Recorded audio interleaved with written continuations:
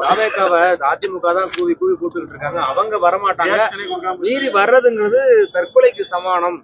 ஏன்னா எடப்பாடியை வந்து தாவேக்காவை ஏத்துக்க மாட்டாங்க. அவர் துரோகம் பண்ணுவாருன்னு அவங்களுக்கு தெரியுங்கிறது டிடிவி சொல்றாரு. அதாவது என்ன சொல்றேன்னா, மாண்புமிகு எதிர்கட்சி தலைவர் வருங்கால முதலமைச்சர் தெளிவா சொன்னார். அவர் வந்து பேசவே தேவையில்லை, அவரை பத்தி பேச தேவையில்லை. எவரை பத்தி? இந்த கருத்து சொன்னவரை பத்தி. ஏன்னா அவருக்கு வந்து மீடியா வெளிச்சம் இல்லைன்னா அவரை தமிழ்நாட்டு மக்கள் மறந்துடுவாங்க. ஏதாவது மக்கள் பணியை பத்தி பேச சொல்லுங்க, மக்களுக்கான திட்டங்களை பத்தி பேச சொல்லுங்க.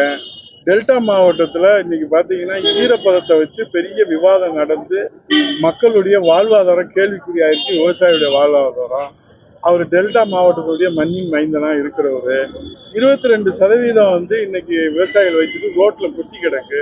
18% தான் எடுப்போம்னு சொல்லி அரசு சொல்லுது. இதனால வந்து லட்சக்கணக்கான டன் இன்றைக்கு ரோட்ல நெல்மணிகள் வீணா போய் கிடக்கு. இதை பத்தி பேசி எதனால மக்களுக்கு நன்மைகள் செய்யறதை விட்டுவிட்டு இது ஆகாத பேச்சு, போகாத ஊருக்கு வழி சொல்ற மாதிரி அவருக்கு மீடியால நீங்க வந்து பேட்டியை போடலன்னா அவரை யாருன்னு தமிழ்நாட்டு மக்கள் கேட்பாங்க. அவர் ஏதாவது ஒரு மக்கள் பணி செய்ய சொல்லுங்க, அதுக்கப்புறம் வந்து மக்கள் தலைவர்களை பத்தி பேச சொல்லுங்க. கருத்து சொன்னவருக்கு பத்தி பேச வேண்டாம். கருத்துக்கு தான் சொல்றேன். முதல்ல மக்கள் பணி செய்து மக்களிடத்துல அவர் முதல்ல வந்து இதயத்துல இடம் பிடிப்பதற்கு முயற்சி செய்ய சொல்லுங்க. இப்படி போகாத ஊருக்கு வழி சொல்ற மாதிரி நான் அவரை இது பண்ணுவேன், இவரை இது பண்ணுவேன், அது இப்படி ஆகும், தற்கொலைக்கு சமானம், அதுக்கு சமானம், இதுக்கு சமானம், இவர்கிட்ட யாராவது கேட்டாங்களா? கேட்டா அதுக்கப்புறம் சொல்லுங்க. முதல்ல மக்கள் பணியில ஏதாவது இந்த டெல்டா மாவட்டத்துல நெல்மணியெல்லாம் அங்க போய் முதல்ல களத்துல இறங்கி விவசாயிகளுடைய பாதுகாவலராக காவேரி பாதுகாவலர் புரட்சி தமிழர் எடப்பாடியார் செயல்பட்டாரு. விவசாயிகளுக்கு இன்றைக்கு குரல் கொடுத்தா மத்திய குழு இன்னைக்கு வர்றாங்க. அப்படி ஏதாவது வந்து மக்களுக்கு பயனடைகிற மாதிரி ஏதாவது பேசணும். நீங்க ஊடக வெளிச்சம் இருக்குன்றதுக்காக நான் போற வரவனை பூரா கெட்ட கெட்ட வார்த்தையெல்லாம் வச்சா என்ன ஆகும்? ஒன்றும் ஆகுறதில்லை. மக்களுக்கு எதுவும் நன்மைகள் ஏற்பட போவதில்லை. மக்களுக்கு எந்த பிரயோஜனமும் இல்லை. அவங்க கதை முடிஞ்ச கதை. ஒன்னே ஒன்று சொல்ல தெரியுமா?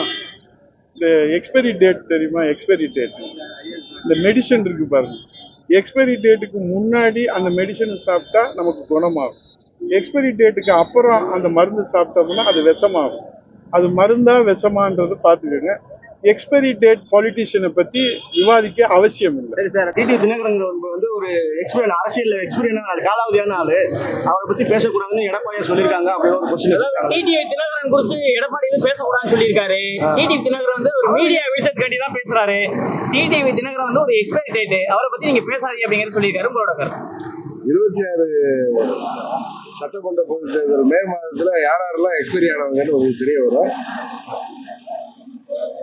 எடப்பாடி திமுகல இன்றைக்கு அண்ணா திமுகவை ஒழித்துவிட்டு எடப்பாடி திமுகவை நடத்துபவர்கள் அங்கு உள்ள தொண்டர்களையும் நிர்வாகிகளையும் ஏமாற்றுவதற்காக விஜய் தங்கள் கூட்டணிக்கு வரப்போவதாக பொய் தகவல்களை பரப்பி வருகிறார்கள். நீங்க சொன்ன மதுரையை சேர்ந்த அந்த தம்பி கூட, கேசட் தம்பி இருக்கிற அவர் கூட வீரப்பன் மாதிரி மறைந்து இருந்து கேசட் விடுறவர் கூட திமுக விஜய் எங்க கூட வரணும், எப்படி அது ஆடு நினைதுன்னு ஓராய் அழுகிற மாதிரி விஜய்க்கு ஒன்றும் தெரியாத மாதிரி ஒரு ஏமாத்துற மாதிரி, விஜய் திமுக ஆட்சிக்கு வந்தால் விஜய் தாவேக்காவை அழைத்து விடுவார்கள், அதனால எங்க கூட வாங்க, இந்த புலிக்கு பயந்தவங்க எல்லாம் என் மேல வந்து படுத்துங்கன்னு சொல்ற மாதிரி. ஏற்கனவே திமுக ஆட்சி 4 ஆண்டுகளுக்கு முன்பு தேர்தல் அறிக்கையிலேயே இன்றைய முதலமைச்சர் தேர்தல் அறிக்கையில என்ன சொன்னாரு? அன்றைக்கு பழனிசாமி ஆட்சியில ஊழல் பெருக்கெடுத்து ஓடுகிறது, ஊழல் செய்தவர்கள் அனைவரையும் தனி நீதிமன்றம் அமைத்து வழக்குகள் போட்டு நீதிமன்றம் மூலம் சட்டத்தின் மூலம் அவர்களை கண்டிப்போம் என்று சொன்னார். அதுபோல கொடநாடு கொலை வழக்கில் சம்பந்தப்பட்டவர்களை நெருங்கிவிட்டோம், யாராக இருந்தாலும் விடமாட்டோம் என்று சட்டமன்றத்திலே பலமுறை முதலமைச்சர் சொன்னார். 4.5 வருஷம் ஆகிட்ட ஆட்சி வந்து. 4.5 ஆண்டு ஆட்சியில இருந்த போது பழனிசாமி மற்றும் அவரை சேர்ந்து இன்றைக்கு குரல் கொடுப்பவர்கள்,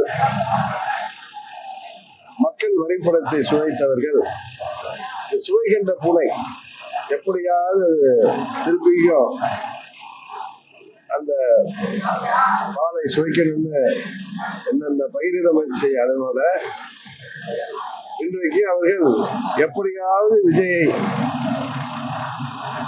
அவர்களை தங்களோடு அவர் வந்து விடுவார் என்ற ஒரு தகவலை பரப்புவதன் மூலம் தங்கள் தொண்டர்களை கொஞ்ச நாளைக்கு தக்க வைத்துக் கொள்ளலாம், சோர்ந்து போயிருப்பவர்கள் நிர்வாகிகளை என்று அவர்கள் இது ஒரு பயபல்ஸ் முறையில செய்கிறார். அதை நான் தோல்வித்து காட்டுகிறேன். ஒரு சூப்பர் ஸ்டாரா இருக்கிற விஜய் அவ்வளவு வருமானத்தை எல்லாம் விட்டு இன்றைக்கு கட்சியை தொடங்கி இந்த கல்லாப்பட்டி பழனிசாமியை போயா முதல்வராக்குவதற்கு வருவாரா? சிறு குழந்தைகளை கேட்டாலும் தெரியும். ஆனா நான் என்ன நினைக்கிறேன்னா இந்த எக்ஸ்பைரி ஆக போறவங்க எல்லாம் தாங்களால் பழனிசாமி தலைமையில நீ ஆட்சி அமைக்க முடியாது என்பதை உணர்ந்து விஜயின் தலைமையை ஏற்று அவர் கூட்டணி செல்வதற்காக இப்படி பேசி வருகிறார்களோ என்றுதான் எல்லோரும் பேசியிருக்கிறார்கள். அதை நான் சொல்றப்ப திருநெல்வேலிக்கு தேல் கூட்டின மாதிரி அவர்கள் துடிப்பதற்கு நான் பொறுப்பாக முடியாது.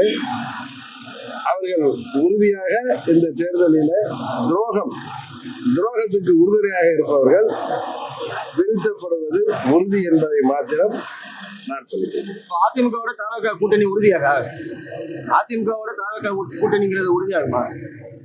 விடிய விடிய கதை கேட்டு சீதிக்கிறாங்க சுத்தப்படுறீங்க. அதாவது திரு விஜய் அவர்கள் தலைமையை ஏற்று விஜய் முதல்வர் வேட்பாளரை ஏற்று வேண்டுமானால் இவர்கள் சென்றால் கூட்டணிக்கு வாய்ப்பு இருக்கிறது சொல்றேன். சரிதான நான் சொல்றது? புரியுதுல?